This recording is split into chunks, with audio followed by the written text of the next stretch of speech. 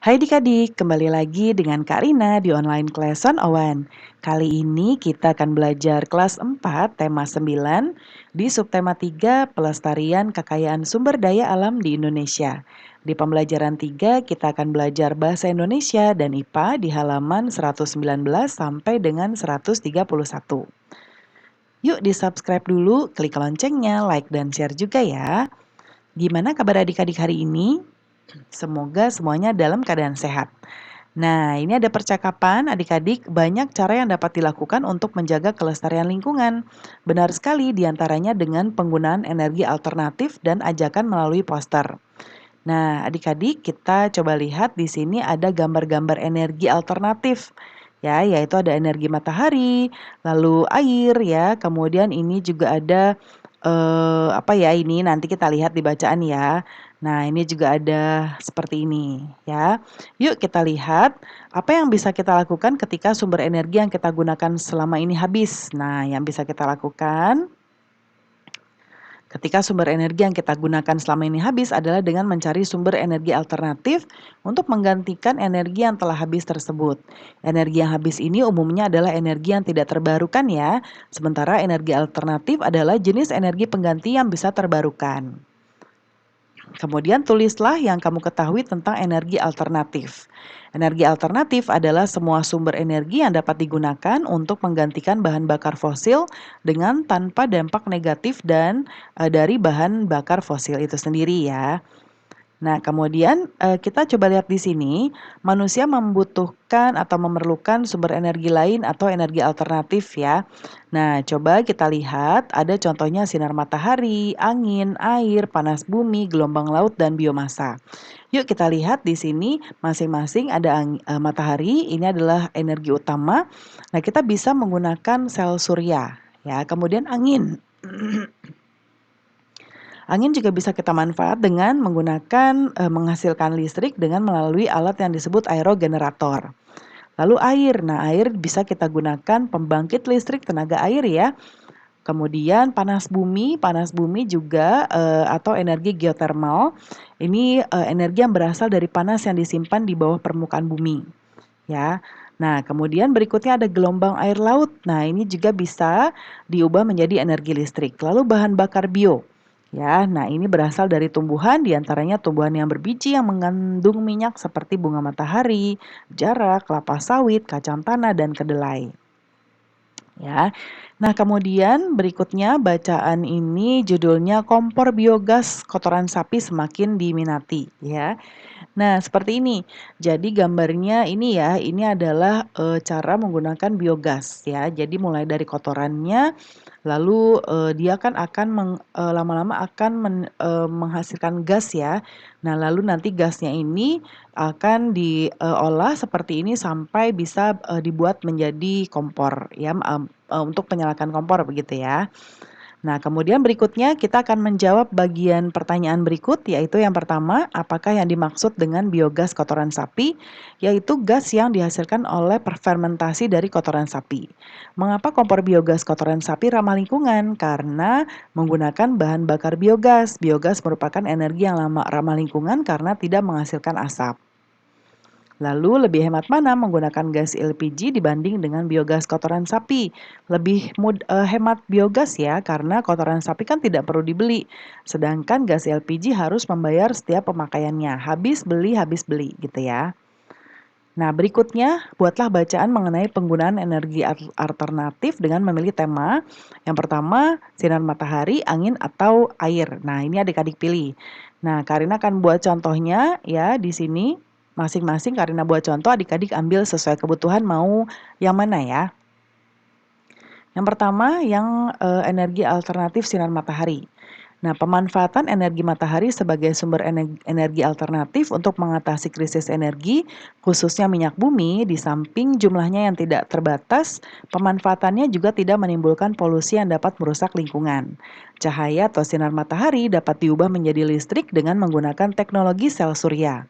Salah satu keunggulan dalam pengolahan listrik tenaga surya adalah sifat ramah lingkungannya. Nah, karena proses pengolahan ini tidak menghasilkan polusi yang beresiko mengganggu ekosistem. Itulah sebabnya pengolahan listrik tenaga surya merupakan potensi besar yang harus dikembangkan semaksimal mungkin di tanah air. Kemudian di antara sumber energi, energi matahari adalah yang terpenting karena energi matahari merupakan energi yang benar-benar terbarukan.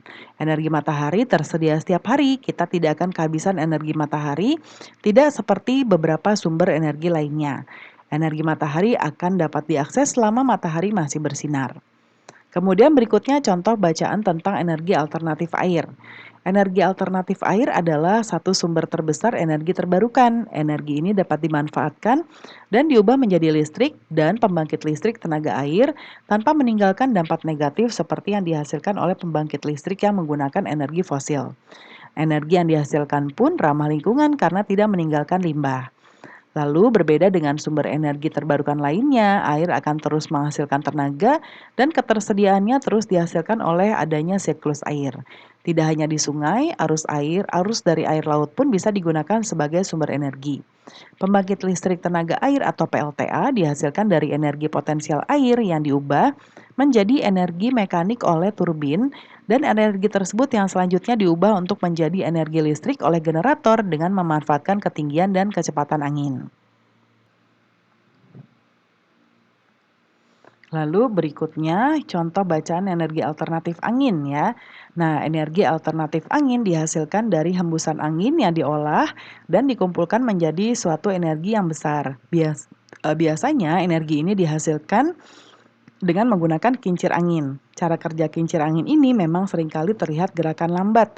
Meskipun begitu, kincir angin ini mampu menghasilkan energi yang sangat besar. Nah, energi angin tersebut bisa digunakan sebagai energi listrik setelah disambungkan dengan generator ya, energi listrik ini bisa digunakan dalam aktivitas sehari-hari manusia. Bahkan energi dengan kekuatan angin ini lebih ramah lingkungan dibandingkan energi alternatif lain. Karena sama sekali tidak menimbulkan limbah. Angin merupakan salah satu energi yang terbarukan atau tidak akan pernah habis seperti minyak bumi. Nah, energi angin merupakan energi yang ramah lingkungan dan tidak menimbulkan dampak negatif. Kemudian penggunaan energi alternatif merupakan satu bentuk usaha yang dapat dilakukan untuk melestarikan lingkungan sekaligus untuk menjaga kelangsungan hidup manusia. Namun kesadaran untuk melakukan usaha-usaha pelestarian lingkungan tersebut tidak sepenuhnya disadari dan dilakukan oleh masyarakat. Bahkan ada sebagian masyarakat yang berperilaku tidak bertanggung jawab yang mengakibatkan kerusakan lingkungan. Nah, berikutnya kita lihat. Nah, carilah informasi dan data dari berbagai sumber referensi ya, bisa buku, majalah, koran atau artikel mengenai pencemaran yang mengakibatkan perubahan alam. Nah, analisislah penyebab perilaku dan benda serta akibatnya. Nah, kita buat di tabel ini ya. Nomor 1 sudah dicontohkan yaitu pupuk kimia. Karina akan besarkan dulu. Nah, yaitu yang pertama, yang kedua, deterjen ya. Pemakaian deterjen yang berlebihan akibatnya adalah pencemaran pada tanah dan air, sifatnya merusak. Lalu ada DDT yaitu diklorodifenyl kloroetan ya. Nah, ini penggunaan pestisida berlebihan pada tanaman. Nah, kemudian dia larut dalam lemak dan berpindah ke tubuh manusia. Ini sifatnya merusak. Kemudian CFC, klorofluorokarbon. Nah, ini penggunaan gas pendingin yang ada pada AC. Jika kadar CFC terlalu tinggi, lapisan ozon dapat semakin menipis. Ini sifatnya merusak. Lalu bahan peledak, menggunakan bahan peledak dalam penangkapan ikan. Nah, ikan kecil akan ikut terkena ledakan dan mati ya. Nah, ini merusak juga sifatnya.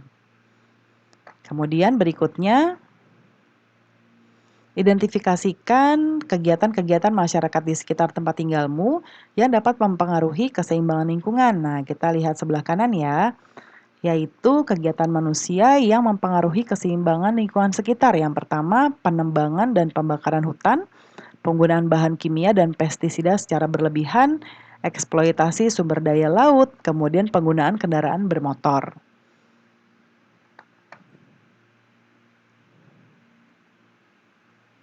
Berikutnya, coba amati gambar di bawah ini dengan seksama. Yang gambar 1. Nah, perburuan liar dapat mengakibatkan keseimbangan alam terganggu karena akan mengakibatkan kepunahan fauna yang berperan penting dalam ekosistem. Di gambar kedua, penebangan hutan secara liar dapat menimbulkan kerusakan pada tempat hidup tumbuhan dan habitat hewan. Akibatnya banyak jenis tumbuhan yang menjadi berkurang dan lama-lama menjadi langka. Nah, selanjutnya Nah, adik-adik, salah satu kewajiban manusia adalah menjaga lingkungan alam ya. Apa yang terjadi jika manusia tidak melaksanakan kewajiban tersebut? Nah, carilah jawaban pertanyaan tersebut dengan bertanya ke narasumber ya. Macam-macam, bisa ke orang tua, bapak ibu guru, dan lain-lain. Lalu nanti kita buat dalam bentuk hasil laporan wawancara, seperti di sebelah kanan ya. Nah, pertanyaannya tadi adalah apa akibatnya jika manusia tidak melaksanakan kewajiban terhadap lingkungan alam? Nah, hasilnya mungkin bervariasi ya, tergantung jawaban orang-orang yang adik-adik tanyai. Ya, mungkin orang tua, ketua RT, keponakan, tetangga, dan lain-lain. Ya, nah lingkungan alam ini contoh-contohnya lingkungan alam maka alam akan menjadi rusak. Terjadi pemanasan global, ya akan timbul bencana alam. Alam tidak seimbang, terjadi pencemaran lingkungan, sebagian sumber daya alam akan musnah, keseimbangan ekosistem akan terganggu, kebutuhan manusia tidak terpenuhi, akan timbul berbagai macam penyakit, kehidupan manusia akan terganggu. Kesimpulannya, jika manusia tidak melaksanakan kewajibannya terhadap alam, maka kehidupan manusia akan terganggu. Nah, terakhir di bagian, nah ini ada poster ya. Nah, ini juga ada tentang poster, bisa adik-adik baca, lalu tunggu arahan Bapak Ibu Guru untuk membuatnya. Nah, terakhir di bagian ayo renungkan, apa yang kamu pelajari hari ini? Hari ini saya belajar tentang memahami usaha pelestarian lingkungan alam. Yang kedua, nilai apa saja yang kamu ambil melalui pembelajaran hari ini? Yaitu percaya diri, peduli, dan tanggung jawab. Lalu keterampilannya adalah melakukan wawancara. Apa yang akan kamu lakukan setelah pembelajaran ini? Saya akan lebih peduli terhadap pelestarian lingkungan. Nah, pembelajaran kita sudah selesai ya adik-adik. Semoga pembelajaran kita kali ini bisa bermanfaat. Jangan lupa di-subscribe, klik loncengnya, like, dan share juga ya. Terima kasih sudah menonton sampai akhir. Mohon dimaafkan apabila ada kesalahan dalam perkataan maupun dalam materi yang diberikan. Sampai jumpa di pembelajaran berikutnya.